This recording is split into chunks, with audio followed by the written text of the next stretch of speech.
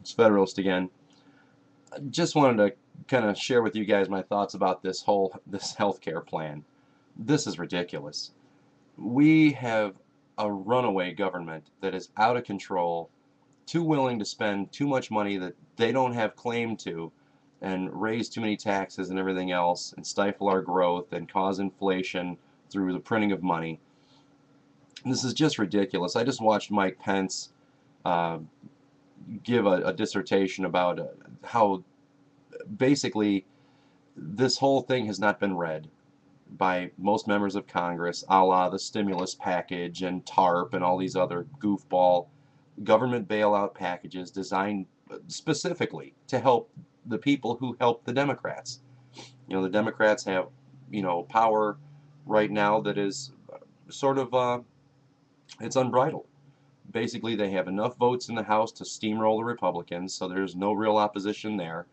You have 54, what are called blue dog or conservative Democrats, which only means that that would be a Republican seat if a Democrat didn't run way far to the right of most of his constituents, or of his, not of his constituents, of his colleagues. Um, Basically, the liberal wing of the party is writing the law, and they're expecting the rest of the more conservative portions of the party to just go along with it.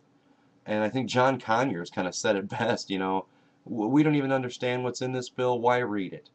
That's what the American sentiment is starting to turn into. These people don't even understand, they don't want to know, they don't want to be culpable for what's in this bill.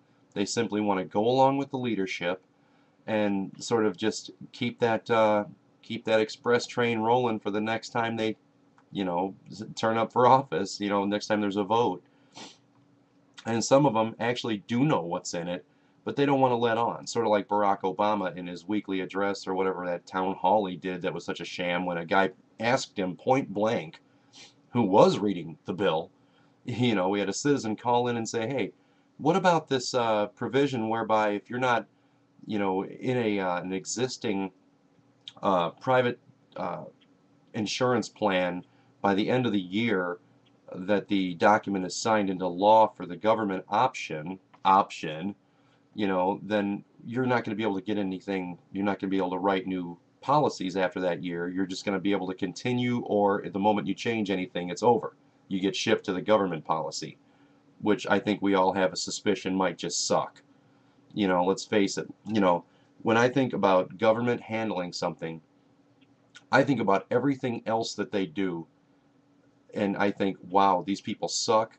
They stink on ice. There is no way that these people are going to have a chance in hell of doing anything that is streamlined, efficient, or beneficial to the people. Um, I just think that it's an awful idea. I mean, you need look no further than what they've done so far with their entitlements.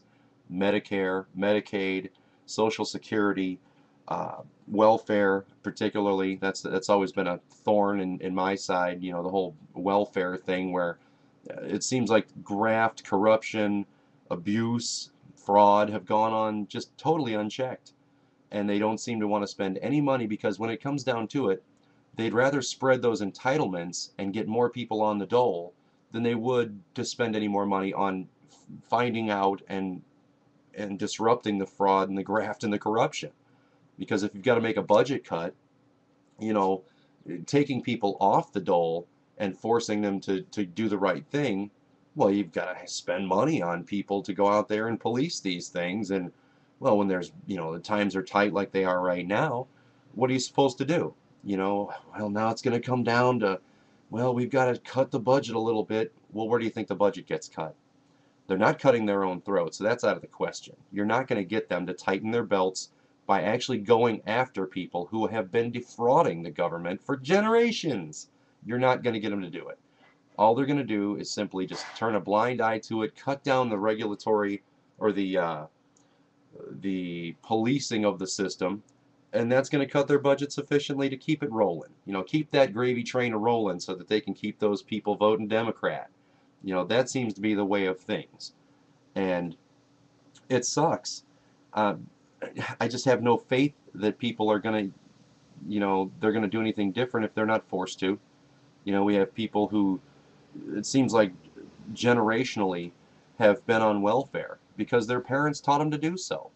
You know, I live in Kankakee County, Illinois. Let me tell you a little bit something about how every day I go to people's homes to do my business and they are just not into working. Okay, it's not going to happen. They're not going to change unless somebody comes and finds them out. And we're not going to find them out because the Democrats that are in power are never going to see to that. That's not their thing. You know, people still think that there's a trust fund somewhere set aside for them. It's like a lockbox, strong box. That's what we've been led to believe by the lame leadership that we've got. And basically all it turns out to be is a slush fund. This is, you know, we collect taxes from everybody and that money goes to various other places.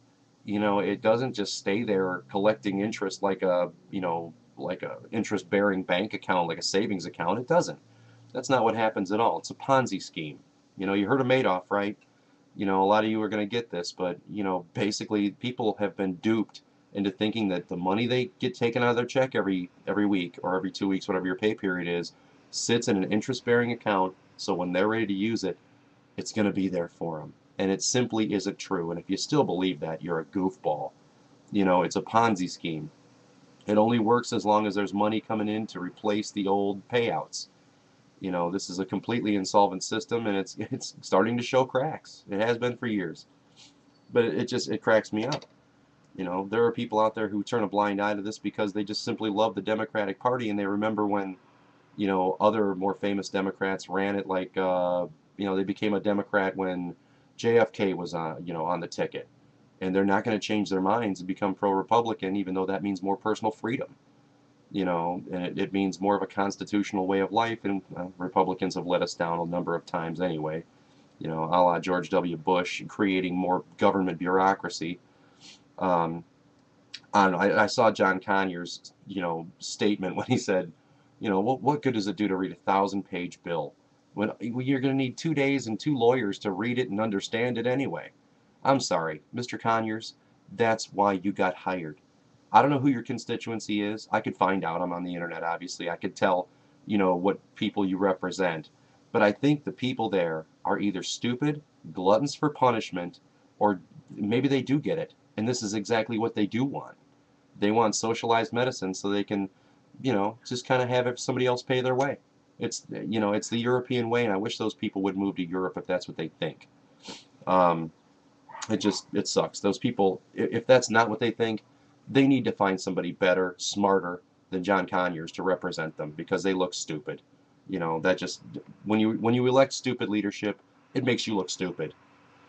And I don't know, the Democratic leadership, Nancy Pelosi, Harry Reid, uh, Barack Obama, and all the lawyerly group that he's got around him, and all the donators to his cause and his party, they know what they're doing. They're trying to ram this thing through before people realize how this thing just sucks. This thing is going to just, we have so many problems with, just like I named before, the fraud, the graft, the corruption. You know, you put a big pile of money someplace and you hire a bunch of people to manage it. All you end up with is people skimming the till, people not really caring, because when you have a government job, I mean, have you been to the DMV lately? People don't care about their jobs. They do just enough to get by. They've got this little thing in their head like, I can't be fired. I'm going to do my job just as shitty as I ever felt like doing it, and you can't do anything about it. You know, there seems to be this prevalent thought process in these people that just, all I need to do is keep that government growing, and my spot is safe. I can do my job just barely well enough to, you know, like a trained chimp could do it, you know, if they gave him enough time. But if I can do it just a little notch above that level, then I'm safe for life, and I'm going to coast out of here on a pile of loot. You know, it's great. No taxes to worry about and all these other things because they're federal employees. They're state employees. They have a different life than we do.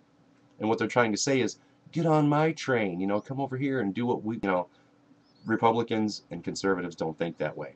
We like the private sector and we like private health care. You know, don't get between me and my doctor.